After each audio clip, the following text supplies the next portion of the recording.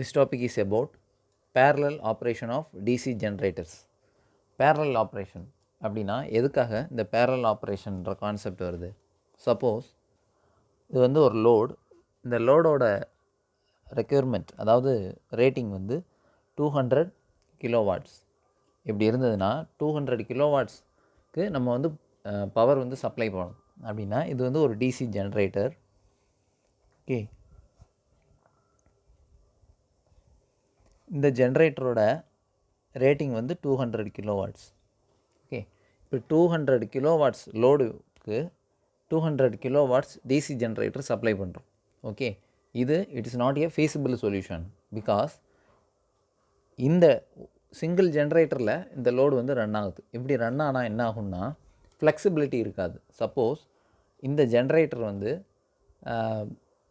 ஒரு மெயின்டெனன்ஸ் இல்லை ஒரு ரிப்பேர் இல்லை ஏதாவது ஒரு ஃபால்ட் வந்ததுன்னா இதை வந்து மெயின்டெனன்ஸுக்கு எடுத்துகிட்டு போயிட்டோம்னா இங்கே வந்து நம்ம லோடுக்கு சப்ளை கொடுக்க முடியாது. அதனால் என்ன பண்ணுவாங்க அப்படின்னா parallel operation of DC generator அப்படின்ற ஒரு கான்செப்ட். எப்படின்னா இந்த மாதிரி generator 1, generator 2,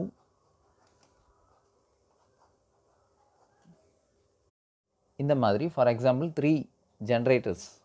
okay, generator 1, generator 2 and generator 3, இந்த மாதிரி 3 ஜென்ரேட்டர்ஸ் வந்து பேரலாக ஆப்ரேட் ஆகுது. ஓகே, இது வந்து ஓகே இந்த மாதிரி பேரலாக ஆப்ரேட் ஆகும்.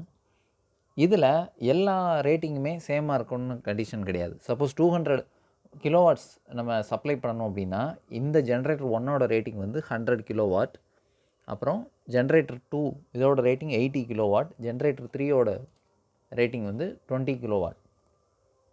சப்போஸ் ஏதாவது ஒரு ஃபால்ட் அந்த மாதிரி இல்லை மெயின்டெனன்ஸுக்கு நம்ம ஏதாவது ஒன்று ஷட் டவுன் பண்ணோம்னா சப்போஸ் இந்த ஜென்ரேட்டர் மட்டும் நம்ம வந்து ரிமூவ் பண்ணிடலாம். ரிமூவ் பண்ணிட்டோம்னா நமக்கு 100 + 80 180 கிலோவாட்ஸ் சப்ளை அட்லீஸ்ட் வந்து கிடைக்கும். இதனால் இந்த சிஸ்டத்தோட ரிலையபிலிட்டி இம்ப்ரூவ் ஆகும்.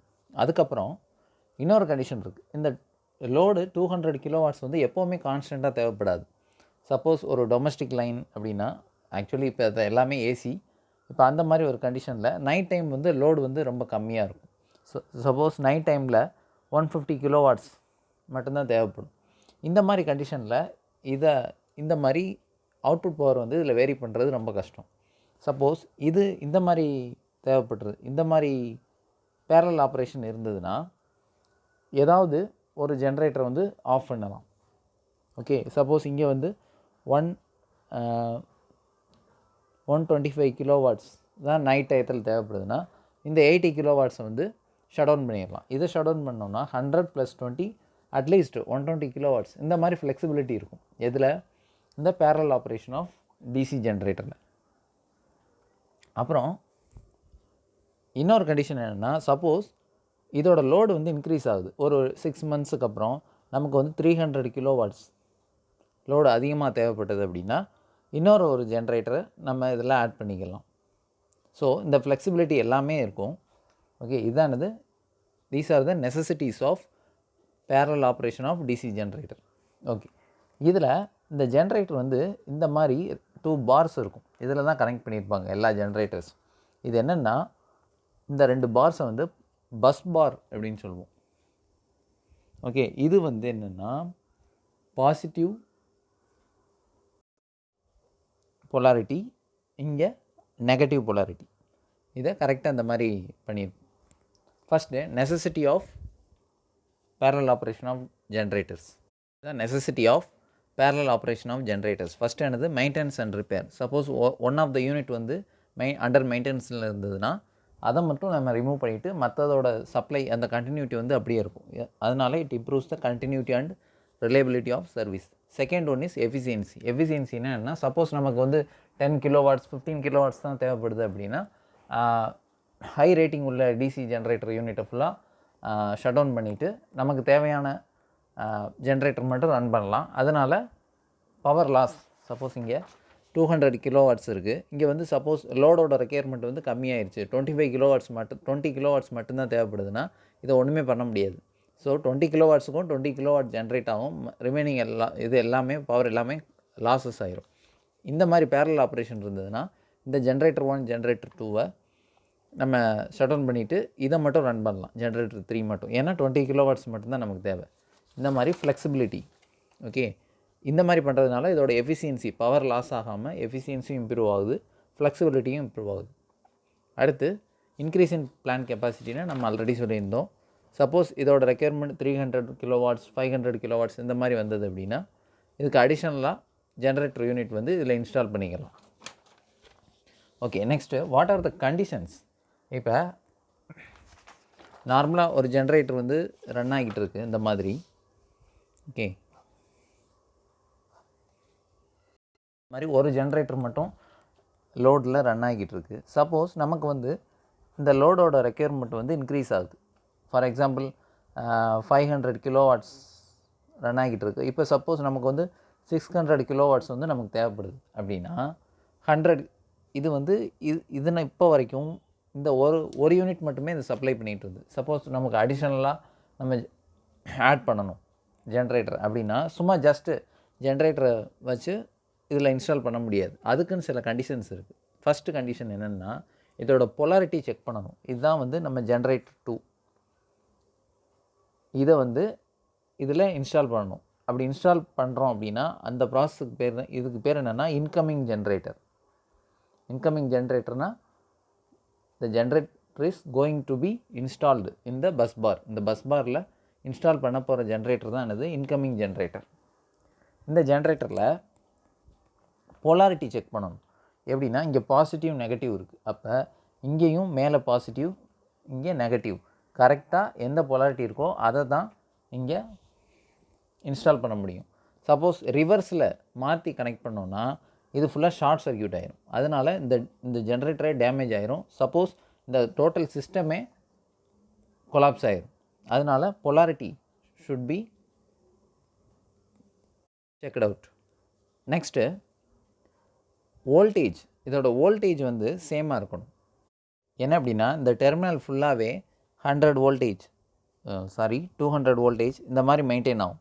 ஓகே, இதுக்கும் உள்ள பொட்டன்ஷியல் டிஃப்ரென்ஸ் வந்து 200 வோல்டேஜ் அப்படின்னா அதே ரேஞ்சில் உள்ள ஜென்ரேட்டர் தான் நம்ம இங்கே இன்ஸ்டால் பண்ண முடியும். சம்மந்தமே இல்லாமல் 50 வோல்டேஜ் ஜென்ரேட்டரை இங்கே வந்து இன்ஸ்டால் பண்ண முடியாது. ஓகே, அதையும் நம்ம செக் பண்ணணும். And then EMF. Look at this diagram. இதில் ஆர்மேச்சருக்குள்ளே என்ன சொல்லுவோம் அப்படின்னா இன்டியூஸ்டு இஎம்எஃப். இது வந்து ஆர்மேச்சர் ரெசிஸ்டன்ஸ். ஓகே, இது கரண்ட் டைரக்ஷன். ஆக்சுவலாக இது வந்து ஒரு டிசி ஷண்ட் ஜென்ரேட்டர். அதனால் ஆர்மேச்சருக்கு அக்ராஸாக நம்ம வந்து ஃபீல்டு கனெக்ட் பண்ணியிருக்கோம். இதில் ஃப்ளோ ஆகிற கரண்ட் வந்து ஐ ஷண்ட். ஓகே, நம்ம ஷண்ட் ஜென்ரேட்டர்னு படித்தோம்ல, ஆர்மேச்சருக்கு அக்ராஸாக அதாவது பேரலாக ஃபீல்டு வைண்டிங் இருக்கும். அதுதான் இந்த டிசி ஜென்ரேட்டர். ஓகே, இதில் என்ன சொல்லியிருந்தோம், இதில் ஃப்ளோ ஆகிற கரண்ட் வந்து ஐஏ, ஏன்னா ஆர்மேச்சருக்கு ஃப்ளோ ஆகிற கரண்ட். இப்போ ஐஏ ஆர் I1, இந்த I1ஓட வேல்யூ ஓகே, ஷண்ட் கரண்ட் வந்து நெக்லிஜிபிள். ஓகே, இது வந்து ஜஸ்ட் ஃபார் அண்டர்ஸ்டாண்டிங் பர்பஸ் நம்ம வந்து I1ன்றதை எப்படி எடுக்கிறோன்னா E மைனஸ் V, அதாவது பொட்டன்ஷியல் டிஃப்ரென்ஸ்.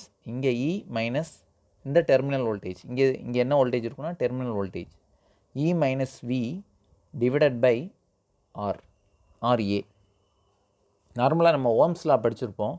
ஓம்ஸ் லாவில் இது வந்து R1 அப்படின்னா இங்கே V1 V2. இதில் கரண்ட் டைரக்ஷன் எப்படி இருக்குன்னா, கரண்ட் எந்த டைரக்ஷனில் ஃப்ளோ ஆகும்னா higher potential to lower potential தான் ஃப்ளோ ஆகும். எப்படி வாட்டர் எப்படி ஃப்ளோ ஆகும்னா ஹையர் லெவல்லேருந்து லோயர் லெவலுக்கு தான் வாட்டர் ஃப்ளோ இருக்கும். அதே மாதிரி ஹையர் பொட்டன்ஷியல் இருந்து லோயர் பொட்டன்ஷியலுக்கு தான் இந்த கரண்ட் வந்து ஃப்ளோ ஆகும். சப்போஸ் இங்கே வந்து 10 வோல்டேஜ், இங்கே வந்து 2 வோல்டேஜ், V2 வந்து 2 வோல்டேஜ்னா இந்த கரண்ட்டோட டைரக்ஷன் எப்படின்னா இந்த டைரக்ஷனில் இருக்கும். சப்போஸ் இது 20 வோல்டேஜ் இருந்ததுன்னா இந்த டைரக்ஷன் வந்து ரிவர்ஸில் வரும்.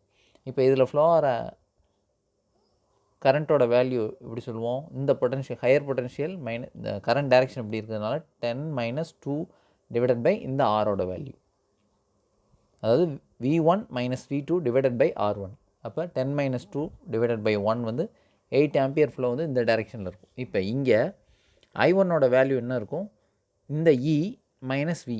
அப்படின்னா என்ன மீனிங் அப்படின்னா இன்டியூஸ்டு இஎம்எஃபோட வேல்யூ எதை விட அதிகமாக இருக்கணும், இந்த பஸ் பாரோட டெர்மினல் வோல்டேஜை விட இங்கே வந்து லோடு இருக்கும்.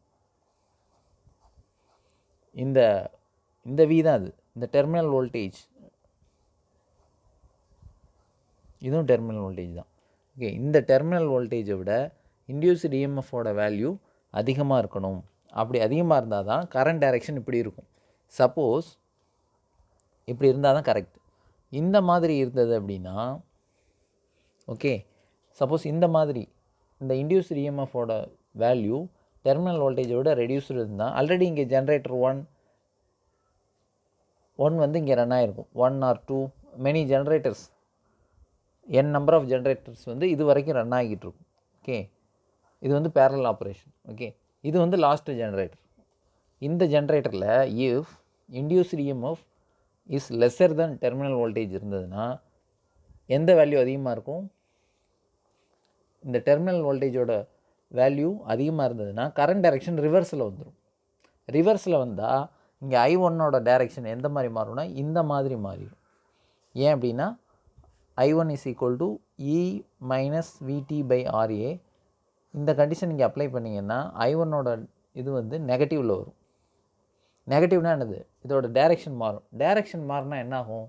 நம்ம ஆல்ரெடி சொல்லியிருக்கோம், இதோட கன்ஸ்ட்ரக்ஷன் ஃபியூச்சர் டிசி, இது வந்து ஆக்சுவலாக டிசி மிஷின் தான். இதை நம்ம மோட்டராகவும் ஆப்ரேட் பண்ணலாம், ஜென்ரேட்டராகவும் ஆப்ரேட் பண்ணலாம். இப்போ கரண்ட் டைரெக்ஷன் மாறுதுன்னா என்ன ஆகும்னா, இந்த ஜென்ரேட்டர்லாம் ஃபங்க்ஷன் ஆகுதுல, இது சப்ளை பண்ணுற கரண்ட்டை எடுத்துகிட்டு இதுக்கு எலக்ட்ரிக்கல் எனர்ஜி இன்புட் ஆகி இது மோட்டராக ஃபங்க்ஷன் ஆக ஆரம்பிச்சிடும். ஓகே, இது வந்து ஜென்ரேட்டராக ஆப்ரேட் ஆகாமல் மோட்டராக ஆப்ரேட் ஆகும். என்ன எப்படி கண்டிஷனில் இருந்தால், இந்த இன்டியூஸ்டு இஎம்எஃப் வந்து டெர்மினல் வோல்டேஜை விட லெஸர் வேல்யூவாக இருந்தால் இந்த generator will become operated as a motor, DC motor. So in order to avoid that condition, எனது induced EMF should be greater then terminal voltage. இது ஒரு கண்டிஷன். நெக்ஸ்ட்டு, சப்போஸ் இந்த இன்டியூஸ்டு இஎம்எஃபோட வேல்யூவும் டெர்மினல் வோல்டேஜும் சேம் லெவலில் இருக்குது. இங்கே டெர்மினல் வோல்டேஜோட வேல்யூ 220 வோல்டேஜ் இருக்குது, இன்டியூஸ்டு இஎம்எஃபோட வேல்யூ 220 வோல்டேஜ் இருந்தது அப்படின்னா இந்த கரண்ட் I1 கரண்ட் வந்து என்னென்னா 0 ஆயிரும். ஏன்னா E minus VT/RA இந்த ரெண்டு வேல்யூவும் same. If E is equal to VT, then இது ரெண்டுமே கேன்சல் ஆகிரும். கேன்சல் ஆகி I1 is equal to 0 ampere ஆகும். இப்போ இந்த மிஷின் ஜென்ரேட்டர் ஆப்ரேட் ஆகுதா, மோட்டர் ஆப்ரேட் ஆகுதா? இதுதான் நம்ம கொஷின். ஃபஸ்ட்டு கேஸில் இந்த மாதிரி ஃபஸ்ட்டு கேஸில் I1 வந்து பாசிட்டிவில் இருக்கும். பாசிட்டிவ்னா என்னது? இந்த டைரெக்ஷனில் இருக்கும். அப்போ இது ஜென்ரேட்டராக இதிலேருந்து சப்ளை போகுது. நெக்ஸ்ட்டு கேஸில் இது lesser value, induced EMF lesser வேல்யூவாக இருந்ததுனால இது ஃபஸ்ட்டு கேஸ், இது செகண்ட் கேஸ், இது தேர்ட் கேஸ். லெஸர் வேல்யூ இருக்கிறதுனால I1 வந்து நெகட்டிவாக மாறும். நெகட்டிவாக மாறினா இந்த கரண்ட் டைரெக்ஷன் வந்து இப்படி இந்த மாதிரி ரிவர்ஸில் வரும். ரிவர்ஸில் வந்தால் இது என்ன ஆயிரும்? Generator becomes motor. இப்போ இந்த மாதிரி கண்டிஷன், இது ரெண்டு வேல்யூவுமே சேமாக இருந்து I1 இந்த கரண்ட்டே 0 ஆயிடுச்சு அப்படின்னா இந்த கண்டிஷனுக்கு பேர் என்னென்னா ஃப்ளோட்டிங் கண்டிஷன்.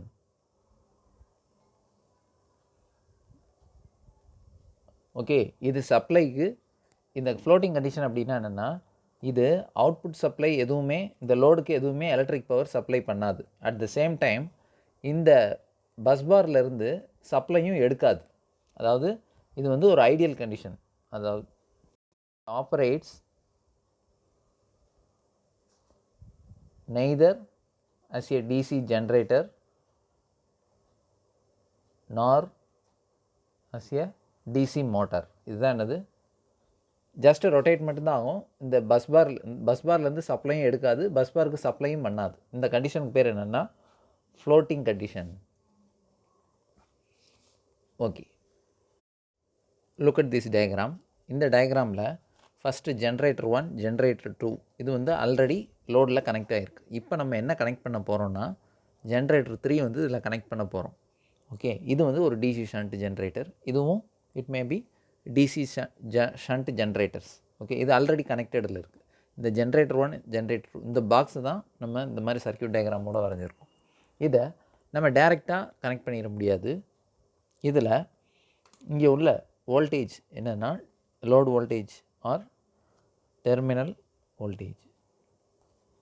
இதில் இன்டியூஸ் ஆகிற இஎம்எஃப் வந்து இ. ஓகே, இப்போ இதில் கனெக்ட் ஆகும்போது ஜஸ்ட்டு இந்த ப்ரைம் மூவரில் ரேட்டட் ஸ்பீடு செட் பண்ணிவிட்டு இந்த S1 சுவிட்சை வந்து க்ளோஸ் பண்ணிடலாம். க்ளோஸ் பண்ண உடனே சப்போஸ் இந்த டெர்மினல் வோல்டேஜ் என்னவாக இருக்கும், ஃபார் எக்ஸாம்பிள் 200 வோல்டேஜ் இருக்குது அப்படின்னா நம்ம இந்த இஎம்எஃப் வந்து 200 வோல்டேஜுக்கு செட் பண்ணிவிட்டு தான் இந்த சுவிட்சை வந்து க்ளோஸ் பண்ண முடியும். இந்த இஎம்எஃப் எப்படி வேரி பண்ணலாம் அப்படின்னா, இது வந்து ஒரு ரியோஸ்டாட், இதில் ரெசிஸ்டன்ஸ் இது ஒன்றும் இல்லை, வேரியபிள் ரெசிஸ்டன்ஸ். இதை நம்ம இந்த பாயிண்ட்டை மூவ் பண்ணோன்னா இதில் உள்ள கரண்ட், இந்த ஃபீல்டு கரண்ட் வந்து சேஞ்ச் ஆகும். இந்த ஃபீல்டு கரண்ட் சேஞ்ச் ஆனால் இந்த இன்டியூஸ்டு இஎம்எஃப் வந்து சேஞ்ச் ஆகும். இப்போ இதை வந்து ரெடியூஸ் பண்ணுறோன்னா இதில் ஹை கரண்ட் ஃப்ளோ ஆகும் இந்த பாத்தில், அதனால் மோர் ஃப்ளக்ஸ் வந்து க்ரியேட் ஆகும். ஸோ இன்டியூஸ்டு இஎம்எஃப் வந்து அதிகமாகும்.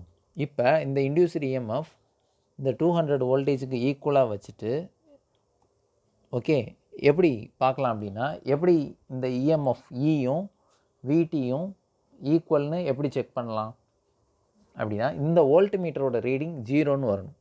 ஏன்னா இந்த டெர்மினலில் 200 வோல்டேஜ் இருக்குது. அப்போ இந்த ஃபீல்டு வைண்டிங் அந்த ஃபீல்டு கரண்ட்டை சேஞ்ச் பண்ணும்போது இங்கேயும் 200 வந்துருச்சுன்னா இதோட வோல்ட் மீட்டர் பொட்டன்ஷியல் டிஃப்ரென்ஸ் இருக்காது. இந்த பாயிண்ட்டுக்கும் இந்த பாயிண்ட்டும் ரெண்டுமே 200 - 200 0ன்னு இருக்கும். அப்போ 0ன்னு வரும்போது தான் இந்த S2 சுவிட்சை வந்து க்ளோஸ் பண்ணணும். Okay, suppose induced EMF 150 voltage இருந்ததுன்னா இந்த வோல்ட் மீட்டரோட ரீடிங் என்னவா காமிக்கும், 200 - 150 இஸ் ஈக்குவல் டு 50 வோல்டேஜ்னு ரீட் பண்ணும். அப்போ இதை வந்து அட்ஜஸ்ட் பண்ணிக்கிட்டே இருக்கணும் இந்த வோல்ட் மீட்டர் 0வாக வர்ற வரையும். 0 வந்துருச்சுன்னா என்ன மீனிங், இங்கேயும் 200 வோல்டேஜ், இந்த பாயிண்ட் இந்த இன்டியூஸ்டு இஎம்எஃப்பும் 200 வோல்டேஜ். தேர்ஃபோர் இந்த ரெண்டு வோல்டேஜும் சேம், அதனால் இந்த சுவிட்சை வந்து க்ளோஸ் பண்ணலாம். க்ளோஸ் பண்ண உடனே இது மோட்டராக ஆப்ரேட் ஆகுமா ஜென்ரேட்டர் ஆப்ரேட் ஆகுமா அப்படின்னா, இது வந்து ஃப்ளோட்டிங் கண்டிஷனில் தான் இருக்கும். ஏன்னா நம்ம ஆல்ரெடி சொல்லியிருக்கோம், E is equal to VT terminal வோல்டேஜாக இருந்ததுன்னா அது வந்து floating condition. It operates neither as a DC generator nor as a DC motor. இதை கனெக்ட் பண்ணதுக்கப்புறம் ஃபர்தராக இந்த ஃபீல்டு வைண்டிங் வேரி பண்ணி, இந்த ஃபீல்டு கரண்ட்டை வேரி பண்ணி நம்ம இன்டியூஸ்டு இஎம்எஃப் வந்து இன்க்ரீஸ் பண்ணுவோம். அதுக்கப்புறம் இது என்னாகும், இதோட வேல்யூ டெர்மினல் வோல்டேஜை விட கிரேட்டர் வேல்யூவாக வரும். அதுக்கப்புறம் என்னாகும், it will be operated as a generator. Okay, இப்படி தான் ஒவ்வொரு ஜென்ரேட்டர் யூனிட்டையும் இதில் இன்ஸ்டால் பண்ணுவாங்க. அதே மாதிரி இதிலேருந்து ரிமூவ் பண்ணணுன்னாலும் இந்த VT is equal to E இந்த கண்டிஷனுக்கு கொண்டு வந்துட்டு, இந்த ரியோஸ்டாட் வேரி பண்ணி கொண்டு வந்துட்டு அதுக்கப்புறம் தான் இந்த ரெண்டு சுவிட்சையுமே ஓப்பன் பண்ணணும். This is how parallel operation of DC generator can be obtained. Okay, next இதில் நீங்கள் ஆல்ரெடி ஒரு டாபிக் வந்து நான் வீடியோ ஷேர் பண்ணியிருந்தேன். அது என்னென்னா கேரக்டரிஸ்டிக்ஸ் ஆஃப் DC ஜென்ரேட்டர். அந்த வீடியோஸ் நீங்கள் எல்லாருமே பார்க்கணும். கேரக்டரிஸ்டிக்ஸ் ஆஃப் DC ஜென்ரேட்டர் இது நம்ம ஆல்ரெடி வீடியோ ஷேர் பண்ணியிருந்தேன். ஸோ இப்போ அடுத்து இந்த பேரலல் ஆப்ரேஷன் புரியும்னா இது நீங்கள் இந்த வீடியோஸ் எல்லாமே பார்த்து அண்டர்ஸ்டாண்ட் பண்ணால் தான் அது புரியும். இருந்தாலும் நான் சிம்பிளாக சொல்கிறேன். இதோட வோல்டேஜ் ஈக்குவேஷன் ஜென்ரல் என்னென்னா, V is equal to E plus IA into RA plus V brush வந்து நெக்லெக்ட் பண்ணிடலாம். இதிலேருந்து எழுதணுன்னா E is equal to P minus IA RA. இப்போ நம்ம வந்து இந்த இன்டியூஸ்டு இஎம்எஃப்க்கும் லோடு கரண்ட் ஆர்மேச்சர் கரண்ட்டுக்கும் கிராஃப் பிளாட் பண்ணணும். இந்த ஈக்குவேஷன் வச்சு E வெர்சஸ் IA எப்படி வரும் கிராஃப், மேத்தமெட்டிக்கலாக டீல் பண்ணணும். எப்படி வரும்னா, இப்போ இந்த பாயிண்ட் வந்து ஆரிஜின். ஓகே, ஆரிஜினில் என்ன வருவோம், ஐஏயோட வேல்யூ ஆர்மேச்சர் கரண்ட்டோட வேல்யூ 0. அப்போ இங்கே ஐஏ வந்து 0 சப்ஸ்டியூட் பண்ணோம்னா என்ன வரும், E is equal to V. அப்போ நோ ஆர்மேச்சர் கரண்ட் 0வாக இருக்கும்போது E is equal to V. ஏன்னா இந்த டேர்ம் ஃபுல்லாக 0 ஆயிரும். ஐஏ 0னா IA RA அதுவுமே 0. தேர்ஃபோர் இந்த இடத்துல என்ன வோல்டேஜ் இருக்கும், Vன்னு இருக்கும். டெர்மினல் வோல்டேஜ் அப்படியே வரும். கரண்ட் இன்க்ரீஸ் ஆகும்போது இந்த ஈயோட வேல்யூ என்ன ஆகும்? கரண்ட் வந்து ஐஏ இன்க்ரீஸ் ஆகுது. ஐஏ இன்க்ரீஸ் ஆனால் என்ன ஆகும்? இந்த ஐஏ ஆர்ஏயோட வேல்யூவுமே இன்க்ரீஸ் ஆகும். இன்க்ரீஸ் ஆகும்போது இது எல்லாமே மைனஸில் இருக்குது. இப்போ இ வந்து இன்க்ரீஸ் ஆகுமா டிக்ரீஸ் ஆகுமா? மேத்தமெட்டிக்கலாக நீங்கள் தான் சொல்லணும். இது வந்து டிக்ரீஸ் ஆகும். ஃபார் எக்ஸாம்பிள் 10 மைனஸ் 8 அப்படின்னா இங்கே 2 இருக்கும். 10 மைனஸ் 9 அப்படின்னு வந்தால் என்ன ஆகும்? இங்கே 2 வந்து 1 ஆகும். ஓகே, அப்போ இது வந்து டிக்ரீஸ் ஆகும். ஸோ அந்த கர்வ் வந்து இந்த மாதிரி வரும், இந்த மாதிரி டிக்ரீஸ் ஆகும். ஓகே, இந்த எக்ஸ்பிரஷன்லேருந்து இந்த கேரக்டரிஸ்டிக் கர்வ் வந்து பிளாட் பண்ணியிருக்கும். நோ லோடில் இது வந்து E is equal to terminal voltage இப்படியே தான் மெயின்டைன் ஆகும். இந்த டிஃபரன்ஸ், இந்த விக்கும் இந்த கர்வுக்கும் உள்ள டிஃபரன்ஸ் தான் என்ன அப்படின்னா, இதுதான் என்னது? Product of armature current and armature resistance. அதனால தான் இது ஏன் இந்த டிஃபரன்ஸ் வந்து இன்க்ரீஸ் ஆகிக்கிட்டே வருது அப்படின்னா, இங்கே ஐஏ வேல்யூ ஒய் ஆக்சிஸில் ஃப்ரம் லெஃப்ட் டு ரைட் வந்து இன்க்ரீஸ் ஆகிக்கிட்டே இருக்கும். ஐஏ வேல்யூ இன்க்ரீஸ் ஆனால் ஐஏ ஆர்ஏவோட வேல்யூவும் இன்க்ரீஸ் ஆகிக்கிட்டே இருக்கும். இந்த மாதிரி இன்னும் போக போக இன்க்ரீஸ் ஆகிக்கிட்டே இருக்கும். இங்கே வந்து ஐஏ ஆர்ஏவோட வேல்யூ 0, ஏன்னா ஆரிஜினில் இருக்குது. அதனால E is equal to VT. இந்த கர்வ் வந்து நல்லா அண்டர்ஸ்டாண்ட் பண்ணணும். ஓகே, சப்போஸ் இந்த மிஷினில், அதாவது ஃபார் எக்ஸாம்பிள் ஜென்ரேட்டர் 1ல், ஓகே, இந்த கேரக்டரிஸ்டிக் ஜென்ரேட்டர் 1 ஜென்ரேட்டர் 2 இதை மட்டும் வச்சு சொல்கிறோம். இப்போ ஜென்ரேட்டர் 1ல் ஆர்ஏவோட வேல்யூ வந்து 0.5 ஓம் இருக்குது. ஓகே, அப்போ இந்த மாதிரி டிக்ரீஸ் ஆகும். இது வந்து என்னது? E1. ஸோ இது இந்த கர்வ் என்ன சொல்கிறோம் அப்படின்னா E1 சொல்கிறோம். ஓகே, ஏன்னா induced EMF in DC generator 1. Suppose இன்னொரு மிஷின், இது RA1. ஓகே, ஜென்ரேட்டர் 2ஓட ஆர்மேச்சர் ரெசிஸ்டன்ஸ் என்னவாக இருக்கும் அப்படின்னா RA2 is equal to 1 ஓம் இருந்ததுன்னா, அப்போ இதோட கேரக்டரிஸ்டிக்ஸ் எப்படி மாறும்? இன்னும் அதே மாதிரி அண்ட் ஒன் மோர் திங், இங்கே இன்டியூஸ்டு EMF இந்த டெர்மினல் வோல்டேஜ் வந்து சேமாக இருக்கலாம். தேர்ஃபோர் இஸ் ஈக்குவல் டு 1 ஓம் அப்படின்னு இருந்ததுன்னா, இந்த கர்வ் வந்து இன்னும் ரொம்ப டிக்ரீஸ் ஆகும். ஏன்னா இதோட ஐஏ ஆர்ஏவோட வேல்யூ இங்கே 0.5னால இவ்வளோ தான் டிஃப்ரென்ஸ் இருக்குது. இங்கே வந்து 1 ஓம் இருக்குது, அதாவது செகண்ட் யூனிட்டில். அப்போ இதோட கர்வ் வந்து இன்னும் ட்ராப் ஆகும். இப்போ இந்த கர்வ், இதுக்கு பேர் தான் என்னதுன்னா E2. சம்டைம்ஸ் இந்த மாதிரியும் வரும். இது ஐஏ, இது E1 ஜென்ரேட்டரில் இந்த மாதிரி ட்ராப் ஆகும். E2 இந்த மாதிரி ட்ராப் ஆகும். அதாவது இந்த வோல்டேஜ் இந்த மாதிரி கேரக்டரிஸ்டிக்ஸ், ஸ்ட்ரைட் லைன் வராது. Okay, leave it. இந்த மாதிரி இதில் பேரலல் ஆப்ரேஷனில் ஒவ்வொரு ஜென்ரேட்டரும் ஓட கேரக்டரிஸ்டிக்ஸ் வந்து ஒவ்வொரு மாதிரி இருக்கும். இப்போ இந்த மாதிரி ஆனதுன்னா நம்ம இதை சின்க்ரோனைஸ் பண்ணுறதுல நிறையா ப்ராப்ளம்ஸ் வரும். லோடு ஷேரிங் வந்து ஈக்குவலாக இருக்காது. ஃபார் எக்ஸாம்பிள், இங்கே வந்து நமக்கு சப்ளை வந்து 100 ஆம்ஸ் வேணும் அப்படின்னா, இங்கே இந்த கேரக்டரிஸ்டிக் கர்வ் வந்து சேமாக ரெண்டுமே ஐடென்டிக்கலாக அதே மாதிரி இந்த மாதிரி E1 அப்புறம் E2 ரெண்டுமே ஒரே சிமிலர் கேரக்டரிஸ்டிக்ஸ்னால் என்னாகும்? 100 ஆம்பியர்னால் இதுலேயும் இதை விட்டுருங்க, இதுலேயும் 50 ஆம்பியர், இதுலேயும் 50 ஆம்பியர் ஃப்ளோ ஆகும்.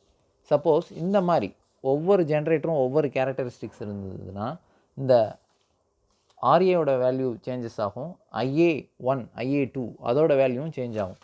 இந்த மாதிரி இருந்ததுன்னா இது வந்து I1 I2 வந்து சேமாக இருக்காது, சேம் கேரக்டரிஸ்டிக்ஸ். இந்த மாதிரி E1 E2 ரெண்டுமே ஒரே இதில் இருந்ததுன்னா I1ம் I2வும் ஈக்குவலாக இருக்கும், ஈக்குவல் ஷேரிங் பண்ணும், லோடுக்கு ஈக்குவல் ஷேரிங் பண்ணும். அப்படின்னா என்னது? இங்கேயும் 50 ஆம்பியர் இங்கேயும் 50 ஆம்பியர் ஷேர் பண்ணும் இந்த லோடுக்கு. சப்போஸ் இந்த மாதிரி இருந்ததுன்னா இது வந்து ஈக்குவலாக ஷேர் பண்ணாது. I1 is not equal to I2. Okay, இது எந்த வேல்யூ வந்து என்ன மாதிரி, எது அதிக வேல்யூ? இப்போ இந்த மாதிரி கேரக்டரிஸ்டிக்ஸ் இருந்ததுன்னா E1 அதிக கரண்ட்டை சப்ளை பண்ணுமா, இல்லை E2, அதாவது ஜென்ரேட்டர் 2 வந்து எந்த எந்த ரேஞ்சில் கரண்ட் சப்ளை ஆகும் அதை பற்றி பார்க்குறோம். Load sharing. Look at this diagram. இதில் வந்து காமனாக இன்டியூஸ்டு இஎம்எஃப் தான் ஒய் ஆக்சிஸில் இருக்குது.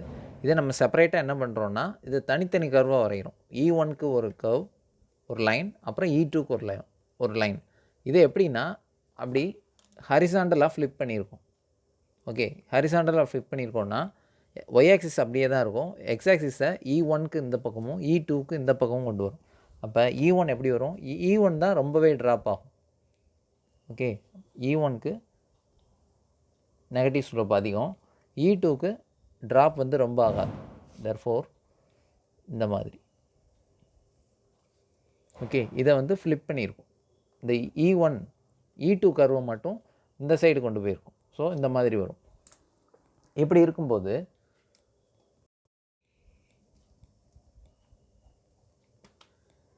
இது எந்த பாயிண்டில் ஆப்ரேட் ஆகும் அப்படின்னா இதோட டெர்மினல் வோல்டேஜ் சேமாக இருக்கணும். சேமாக இருக்கணும்னா அப்போ இந்த பாயிண்டில் தான் அந்த ஜென்ரேட்டர் வந்து ஆப்ரேட் ஆகும். இந்த பாயிண்ட்லேனா இதோட லோடு ஷேரிங் எப்படி இருக்கும் அப்படின்னு பார்த்தீங்கன்னா இதுதான் என்னது I1ஓட ரேஞ்ச் வந்து இந்த அளவுக்கு தான் E1 வந்து சப்ளை பண்ணும். இந்த ஸ்பேஸ் வந்து I2 வந்து சப்ளை பண்ணும். அப்போ லெஸ் ட்ரூப்பிங் கேரக்டரிஸ்டிக். இதுக்கு பேர் என்னென்னா ட்ரூப்பிங், அதாவது இந்த வோல்டேஜ் ட்ராப் ஆகுதுல்ல, இதுக்கு பேர் என்ன, ட்ராப்பிங் கேரக்டரிஸ்டிக்ஸ் அப்படின்னு சொல்லுவாங்க. ஸோ எது வந்து ரொம்ப ட்ராப்பிங் இருக்கோ அதுதான் மேக்ஸிமம் கரண்ட் வந்து ஷேர் பண்ணும். எது வந்து லெஸ்ஸர் ட்ராப் வந்து ரொம்ப கம்மியாக இருக்கோ அதுதான் அது மேக்ஸிமம் கரண்ட் வந்து ஷேர் பண்ணும்.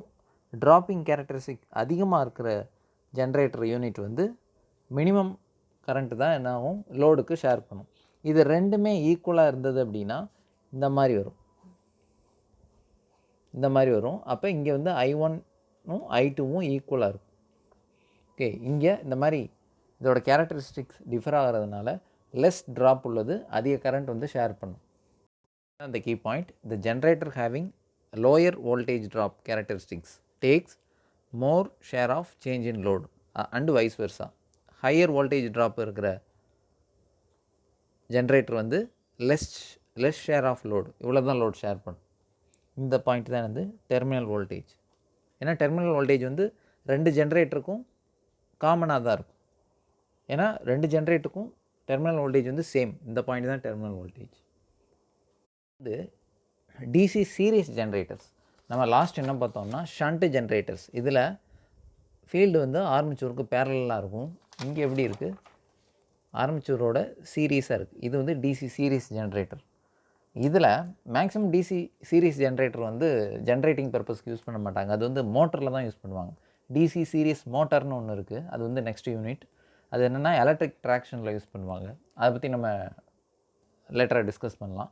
இப்போ இது டிசி சீரீஸ் ஜென்ரேட்டரில் என்ன ப்ராப்ளம் அப்படின்னா, சப்போஸ் இங்கே வந்து ப்ரைம் ஓவரில் இந்த இன்டியூஸ்டு இஎம்எஃப் இன்க்ரீஸ் ஆனது அப்படின்னா, இது வந்து prime over shaft mechanical energy input கொடுக்குறோம். இதில் இன்டியூஸ்டு இஎம்எஃப் அதிகமாக இன்க்ரீஸ் ஆனிச்சு அப்படின்னா, ஏன்னா is proportional to product of flux and speed increase ஆனதுன்னா இந்த இன்டியூஸ்டு இஎம்எஃப் இன்க்ரீஸ் ஆகும். இந்த மாதிரி இன்க்ரீஸ் ஆகும்போது இந்த கரண்ட் ஃப்ளோ எதுலன்னா இந்த ஃபீல்டு வழியே தான் ஃப்ளோ ஆகும். ஏன்னா ஆர்மேச்சூரும் ஃபீல்டும் சீரியஸாக கனெக்ட் ஆகிருக்கு. அப்போ E1 இன்க்ரீஸ் ஆனிச்சுன்னா இதில் ஃப்ளோ ஆகிற I1ம் இன்க்ரீஸ் ஆகும். ஓகே, ஸோ இது இந்த சிஸ்டம் ஃபுல்லாகவே இதோட இம்பேக்ட் இருக்கும். ஏன்னா ஒன்றா இதில் I2ஓட வேல்யூ டிக்ரீஸ் ஆகும். அப்புறம் இது வந்து E2ஓட வேல்யூவும் டாமினேட் பண்ணும். தேர்ஃபோர் இது கியூமுலேட்டிவ் ப்ராசஸ் ஆகி என்ன ஆகும்னா இந்த E2 ஃபைனலி இட் பிகம்ஸ் 0 ஆயிரும். அதாவது ஒரு மிஷினில் இன்புட் பவர் இன்டியூஸ்டு இஎம்எஃப் அதிகமானா இதை டாமினேட் பண்ணி இது எல்லாமே 0 ஆயிரும். இது 0 ஆயிடுச்சுன்னா என்ன மீனிங் அப்படின்னா இது வந்து மோட்டராக ஆப்ரேட் ஆகும். அண்ட் ஒன் மோர் திங், இந்த லோடுக்கு ஃபுல் சப்ளையும் ஜென்ரேட்டர் 1 மட்டுமே சப்ளை பண்ணும். ஜென்ரேட்டர் 2 வந்து மோட்டராக ஆப்ரேட் ஆகிட்டு இருக்கும், இல்லைன்னா ஃப்ளோட்டிங் கண்டிஷனில் போயிடும். ஓகே, இதை அவாய்ட் பண்ணுறதுக்கு தான் என்ன பண்ணுறோன்னா இந்த டெர்மினல் வோல்டேஜ் இங்கேயும் சேமாக இருக்கிறதுக்காக இங்கே ஒரு ரிங் இல்லைன்னா ஒரு பார் வந்து கனெக்ட் பண்ணுவோம். ஏன் அப்படின்னா இங்கே என்ன வோல்டேஜ் மெயின்டைன் ஆகுதோ அதே வோல்டேஜ் தான் இங்கேயும் மெயின்டைன் ஆகும். இதுக்கு பேர் என்னென்னா ஈக்குவலைசர் ரிங்.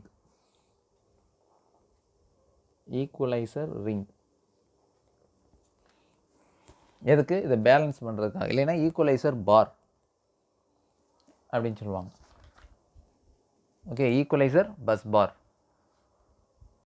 மற்றது எல்லாமே சேம் தான். இங்கேயும் ட்ராப்பிங் கேரக்டரிஸ்டிக்ஸ் எல்லாமே சேம் தான். அப்புறம் டிசி காம்பவுண்ட் ஜென்ரேட்டர், அதுலேயும் இதே கான்செப்ட் தான். அங்கே என்னென்னா இங்கே சீரீஸ் ஃபீல்டு வைண்டிங் இருக்கும், இங்கே ஷண்ட் ஃபீல்டு வைண்டிங் இங்கே எக்ஸ்ட்ராவாக இருக்கும். அதுக்கும் இந்த ஈக்குவலைசர் பஸ் பார் வந்து ப்ரொவைட் பண்ணணும். ஏன்னா இதை வந்து சேம் வோல்டேஜில் மெயின்டைன் பண்ணுறதுக்காக. Okay, that's all about parallel operation of DC generator. இதை பேஸ் பண்ணி ப்ராப்ளம்ஸ் இருக்குது. This is that question. Two shunt generators are connected in parallel to supply a load of 5000 ampere. Total current என்னன்னா 5000 ampere. Each machine has an armature resistance வந்து 0.03 ohm. அப்புறம் shunt field resistance அதாவது R shunt அது வந்து 60 ohm. But the EMF of one machine E1 வந்து என்னென்னா 600 voltage. அப்புறம் இன்னொரு மிஷினோட EMF இன்டியூஸ்டு EMF வந்து 640 ஓம்.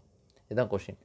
இந்த மாதிரி கொடுக்கும்போது எல்லாமே கன்ஃபியூஸ்டாக இருக்கும். இது என்ன கொஷின், அது எப்படி சால்வ் பண்ணுறது எதுவுமே தெரியாது. ஃபஸ்ட்டு இதுக்கு தான் என்ன சொல்கிறோன்னா, ஃபஸ்ட்டு டயக்ராம், இந்த சென்டென்ஸை வச்சு டயக்ராம் ஃபார்ம் பண்ணால் மட்டும்தான் இது எப்படி சால்வ் பண்ணலாம்னு ஐடியா கிடைக்கும். ஓகே, இது வந்து பஸ் பார். இந்த 2 லைன்ஸ் என்னென்னா பஸ் பார், இதில் லோடு வந்து கனெக்ட் பண்ணியிருக்கோம். ஓகே, இந்த லோடு வித் ட்ரான் பண்ணுற total to supply a load of 5000 ampere அப்படின்னா இந்த லோடு கரண்ட்டோட டோட்டல் கரண்ட்டோட வேல்யூ வந்து 5000 ஆம்பியர். கொஷினில் என்ன கேட்டிருக்காங்க அப்படின்னா, what power does each machine supply, ஒவ்வொரு மிஷினும் எவ்வளோ சப்ளை பண்ணுது அப்படின்னு கேட்டிருக்காங்க. இப்போ ஃபஸ்ட்டு மிஷின் எப்படி வரையிடும் அப்படின்னா, அதாவது ஜென்ரேட்டர் 1 இது வந்து என்னது ஷண்ட் ஜென்ரேட்டர்னால் ஃபீல்டு வைண்டிங் வந்து பேரலாக இருக்கும். தான் ஃபீல்டு வைண்டிங்.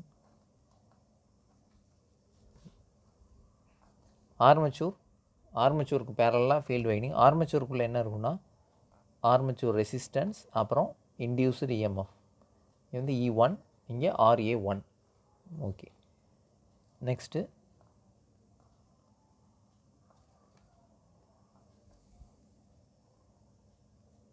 இதானது ஜென்ரேட்டர் 1.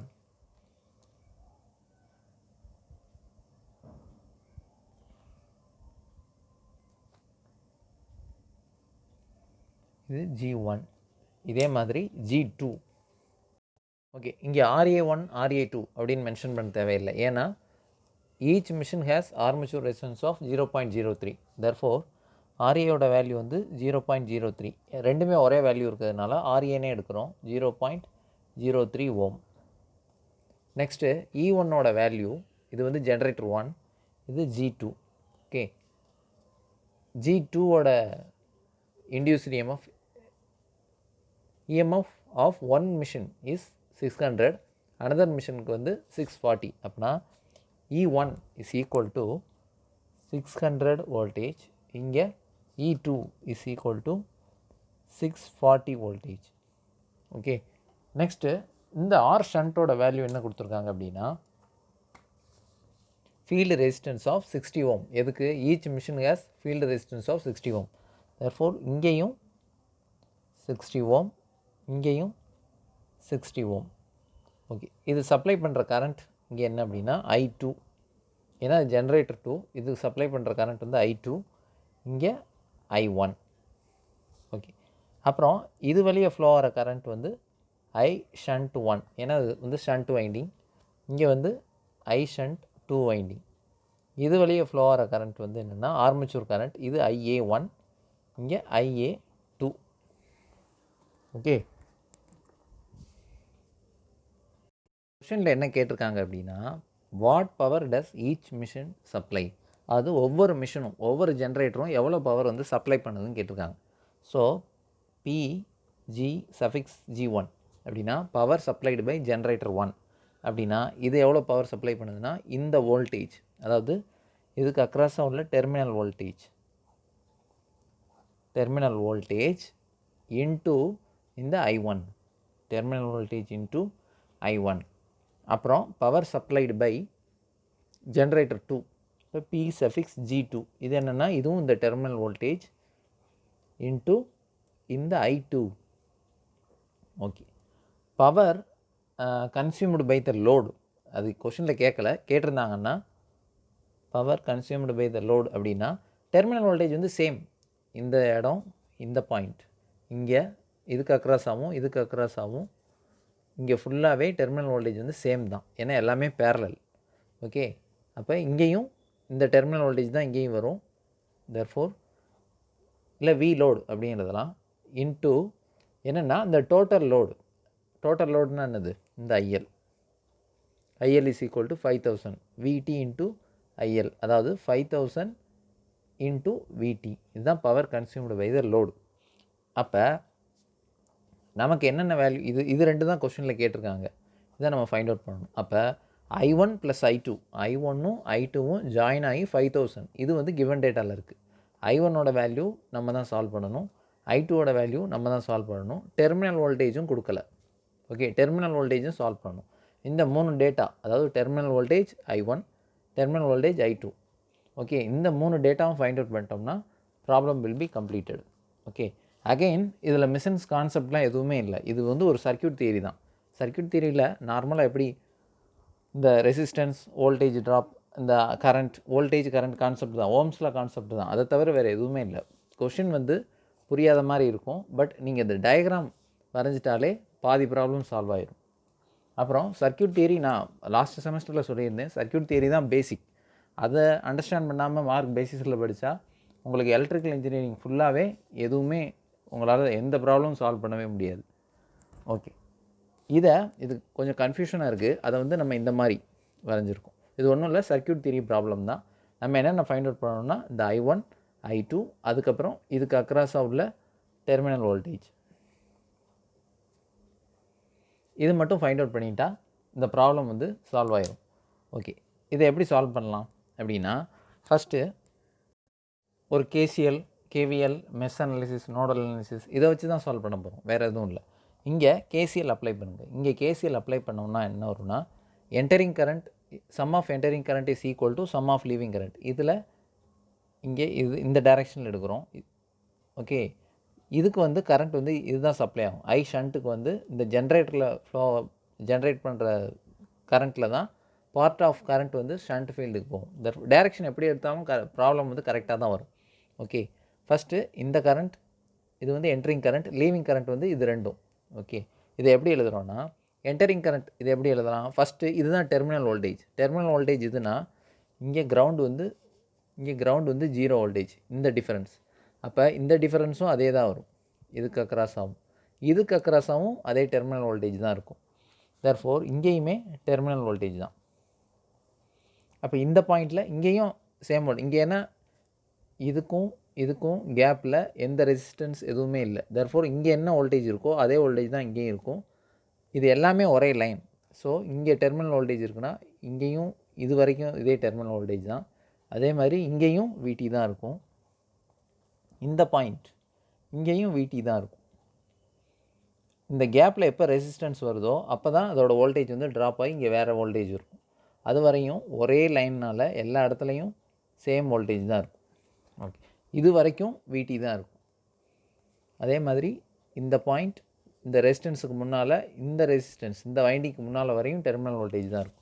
ஓகே, இப்போ KCL அப்ளை பண்ணுறோம். எங்கே இந்த நோடில் அப்ளை பண்ணுறோன்னா, சம் ஆஃப் என்டரிங் கரண்ட் வந்து இது வழியாக என்டர் ஆகிற கரண்ட் வந்து இதோட வேல்யூ நமக்கு தெரியாது. பட் அதனால் என்ன பண்ணுறோன்னா எக்ஸ்பிரஷனாக எழுதுகிறோம். எக்ஸ்பிரஷனானா ஓம்ஸ் லா என்ன சொல்லியிருந்தோம், இந்த மாதிரி V1 V2 R அப்படின்னா இதில் ஃப்ளோ ஆகிற கரண்ட் என்னென்னா potential difference V1 minus V2, அதாவது இந்த potential difference minus V2 divided by இந்த ரெசிஸ்டன்ஸ், இதுதானது ஓம்ஸ் லா.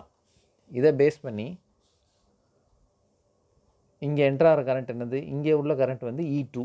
தேர்ஃபோர் E2ஓட டைரெக்டாக வேல்யூவே எழுதலாம். 640 மைனஸ் இங்கே டெர்மினல் வோல்டேஜ் டிவைடட் பை இந்த RAவோட வேல்யூ என்னது 0.03 ஓம்.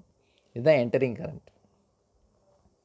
லீவிங் கரண்ட் எதுனா இதுவும் லீவிங் கரண்ட். இந்த கரண்ட் எப்படி எழுதலாம் அப்படின்னா, இது பொட்டன்ஷியல் டிஃபரன்ஸ் என்னென்னா, இங்கே வந்து VT, இங்கே கிரவுண்டு, இது ஃபுல்லாகவே 0 வோல்டேஜ், இங்கேயும் 0 வோல்டேஜ். ஸோ இந்த வோல்டேஜ் எப்படி எழுதலாம், சாரி இந்த கரண்ட் எப்படி எழுதலாம், V divided by R. V என்னது, terminal voltage. Therefore VT divided by, ஏன்னா இந்த வோல்டேஜ் இதுக்கு அக்ராஸாக இது வரைக்கும் VT தான் இருக்கும். VT மைனஸ் 0 VT மைனஸ் 0ன்னு போடலாம், இல்லைன்னா என்னது, அதனால் VTன்னு எழுதுகிறோம், டெர்மினல் வோல்டேஜ் டிவைடட் பை இந்த ரெசிஸ்டன்ஸ். VT டிவைடட் பை இந்த ரெசிஸ்டன்ஸ் தான் இந்த பாத்தில் ஃப்ளோ ஆகிற கரண்ட், ப்ளஸ் அப்புறம் இந்த கரண்ட் என்னது, டைரெக்டாக I2ன்னு எழுதுகிறோம். ஓகே, நெக்ஸ்ட்டு இதே மாதிரி இங்கே KCL அப்ளை பண்ணுங்கள். இங்கே KCL அப்ளை பண்ணோன்னா 600 மைனஸ் VT டிவைடட் பை இங்கே 0.03 இஸ் ஈக்குவல் டு, அப்புறம் இந்த கரண்ட், இது வந்து லீவிங் கரண்ட் என்னது, அதே தான் VT by 60, VT divided by 60 plus, listen, இங்கே ப்ளஸ் I1 எடுக்கணும், ஏன்னா இது வழியே ஃப்ளோ ஆகிற கரண்ட் வந்து I1. இந்த மாதிரி I1 எடுத்திங்கன்னா 2 வேரியபிள்ஸ் வந்துடும். அதாவது VTன்ற ஒரு வேரியபிள், அடுத்து 3 வேரியபிள்ஸ் வந்துடும். அப்புறம் I2ன்ற ஒரு வேரியபிள் வரும், அப்புறம் I1ன்ற வேரியபிள் வரும். 3 வேரியபிள்ஸ் I2, I1, VT, இதை 3ஐயும் சால்வ் பண்ணணும்னா 3 ஈக்குவேஷன் தேவை. அதுக்கப்புறம் சப்போஸ் இங்கே I1 அப்படின்னு எழுதுனீங்கன்னா என்ன ஆகும்னா, 3 வேரியபிள்ஸ் இருக்குது, I1, I2, VT, இதை 3ஐயும் சால்வ் பண்ணால் உங்களுக்கு வந்து சம் வந்து கம்ப்ளீட் ஆயிரும். பட் 3 வேரியபிள்ஸ் வந்து 2 ஈக்குவேஷன் வச்சு சால்வ் பண்ண முடியாது. அதுக்கு இன்னொரு கீ பாயிண்ட் என்ன இருக்குன்னா, I1, I2 இதை ரெண்டையும் ஆட் பண்ணால் 5000 ஆம்பியர், அது வந்து கிவன் டேட்டாவில் இருக்குது. அப்போ I1 plus I2 is equal to 5000. So இந்த 3 ஈக்குவேஷனையும் சால்வ் பண்ணுறது ரொம்ப காம்ப்ளிகேட்டட் ஆகும். அதனால என்ன பண்ணுறோம், இங்கே I1 எப்படி எழுதலாம், I1 is equal to 5000 minus I2 இப்படின்னே எழுதலாம். ஓகே, ஸோ இதையே டைரெக்டாக இங்கே எழுதிடலாம். I1 எழுதாமல் I1, I1ம் I2வும் ஜாயின் ஆகி 5000 ஆம்பியர் இருக்குது. தேர்ஃபோர் இங்கே நம்ம ஆல்ரெடி I2 வந்து இங்கே எழுதிட்டோம். அப்புறம் I1 இன்னொரு வேரியபிள்ஸ் கொடுத்தீங்கன்னா இன்னும் ஈக்குவேஷன் சால்வ் பண்ணுறது காம்ப்ளிகேஷன்ஸ் இருக்கும். அதனால் இதை எப்படி எழுதுகிறோம், I1 plus I2 is equal to 5000 ஆம்பியரை இங்கே I1க்கு பதிலாக இந்த I2 எங்கிட்டு கொண்டு போய் 5000 மைனஸ் I2ன்னு எழுதிடலாம். Therefore 5000 minus I2. ஓகே, எப்படி இருந்ததுன்னா என்னென்னா, டைரெக்டாக ஈஸியாக சால்வ் பண்ணிடலாம். இது ரெண்டையும் ஆட் பண்ணாலே இந்த I2வும் மைனஸ் I2வும் கேன்சல் ஆயிடும். அப்புறம் இதை சால்வ் பண்ணுங்கள். இதை சால்வ் பண்ணிங்கன்னா இது ஜஸ்ட் ஒரு அல்ஜிப்ரிக்கல் ஈக்குவேஷன்ஸ் தான். ஓகே, இதை சால்வ் பண்ணிங்கன்னா, இல்லைன்னா மைனஸ் பண்ணலாம். மைனஸ் பண்ணால் இந்த VT பை 60யும் VT பை 60 இது ரெண்டும் கேன்சல் ஆகும். இங்கே I2 minus of minus I2, அப்போ 2I2ன்னு வரும். இதை வச்சு சால்வ் பண்ணிங்கன்னா என்ன ஆன்சர் வரும்னா, I2 is equal to 3161.37 ampere. அதே மாதிரி இங்கே 544.72 வோல்டேஜ். இந்த 2 வேரியபிள்ஸ் இருக்கும். அப்புறம் நமக்கு இன்னொரு டேட்டா என்ன தேவைப்படுதுன்னா, I1, இதையும் ஃபைண்ட் அவுட் பண்ணணும். நமக்கு ஆல்ரெடி தெரியும் I1 plus I2 is equal to 5000 ampere. அப்படின்னா I1 is equal to 5000 minus I2. 5000 minus I2ஓட வேல்யூ 3161.37 ஆம்பியர். தேர்ஃபோர் இங்கே I1ஓட வேல்யூ என்ன வரும், 1838.62 ஆம்பியர். தேர்ஃபோர் இந்த 3 வேரியபிள்ஸுமே நம்ம வந்து சால்வ் பண்ணிட்டோம். ஓகே, இது வந்து அக்யூரேட்டாக இந்த மாதிரி வராது, அப்ராக்சிமேட்டாக இருந்தால் போதும். அதாவது 562 அப்படி கூட இருக்கலாம், இங்கே 543 அந்த மாதிரி கூட இருக்கலாம். ரொம்ப அக்யூரேசி தேவையில்லை. Okay, next power. கொஸ்டினில் என்ன கேட்டிருக்காங்க? Power supplied by each unit அப்படின்னா power supplied by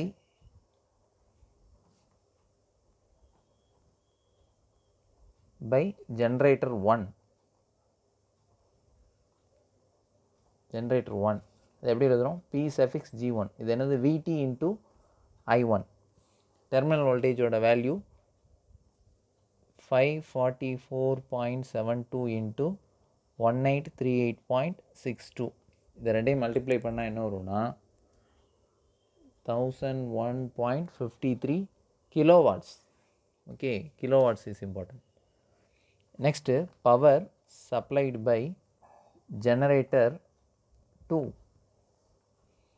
P suffix G2 is equal to என்ன வரும்? 5 இங்கே என்ன வரும்? VT into I2. இது எப்படி இருக்கலாம்? 544.72 into 3161.37 is equal to 1722 kilowatts. Okay, power supplied, அதாவது power supplied by power consumed by the load. Power consumed by the load அப்படின்னு கேட்டாங்கன்னா இது ரெண்டு பவரும் சப்ளை பண்ணுறது தான் இது கன்சியூம் பண்ணுது. 2 generators supplied by the load is equal to the power consumed by the load. Therefore இப்படி எழுதலாம், பவர் கன்சியூம்டு. இது கொஷினில் கேட்கல, இருந்தாலும் சப்போஸ் கேட்டாங்கன்னா power consumed by the load கேட்டாங்கன்னா சிம்பிளாக எழுதணும்னா இதை ரெண்டையும் ஆட் பண்ணலாம். PL is equal to PG1 PG2 இதை ரெண்டையும் ஆட் பண்ணலாம். ஆர் நம்ம ஆல்ரெடி சொன்ன மாதிரி VT இன்ட்டு IL அப்படியும் பண்ணலாம். ஓகே, இதை நீங்கள் சால்வ் பண்ணுங்கள், இதை ரெண்டையும் ஆட் பண்ணுங்கள். இல்லைன்னா VT இன்ட்டு IL, ஐஎலோட வேல்யூ என்னது? VT இன்ட்டு ஐஎலோட வேல்யூ 5000 ஆம்பியர். ஸோ VTயோட வேல்யூ 544.72 இன்ட்டு 5000. இதை சால்வ் பண்ணாலும் இதையும் ஆட் பண்ணாலும் இங்கே ஒரே வேல்யூ தான் வரும், சேம் வேல்யூஸ் தான் வரும். ஓகே, இதை நீங்கள் செக் பண்ணி பாருங்கள். இந்த மாதிரி ப்ராப்ளம்ஸ் கேட்பாங்க. இந்த மாதிரி ப்ராப்ளம்ஸ் சென்டென்ஸில் இந்த மாதிரி கேட்டாங்கனாலே டோன்ட் கெட் பேனிக். ஜஸ்ட்டு அவங்க என்ன சொல்லியிருக்காங்கன்றதை டீட்டெயிலாக பார்த்துட்டு இந்த மாதிரி சர்க்யூட் டயக்ராம் வரைஞ்சாலே ப்ராப்ளம் ஈஸியாக அண்டர்ஸ்டாண்ட் பண்ணிடலாம். அதுக்கப்புறம் ஜஸ்ட்டு ஒரு சர்க்யூட் தியரி பேசிக்காக தான் இருக்கும். இந்த மாதிரி ஈக்குவேஷன் சால்வ் பண்ணால் ஈஸியாக ஆன்சர் வந்துடும். இது எல்லாமே யூனிவர்சிட்டி கொஷின் தான். டிசம்பர் 2015 இந்த கொஷின் கேட்டிருக்காங்க. ஓகே, இந்த மாதிரி அனலைசிஸ் பண்ணி படிக்கணும். Okay, that's all about parallel operation of DC generators. Okay, thank you.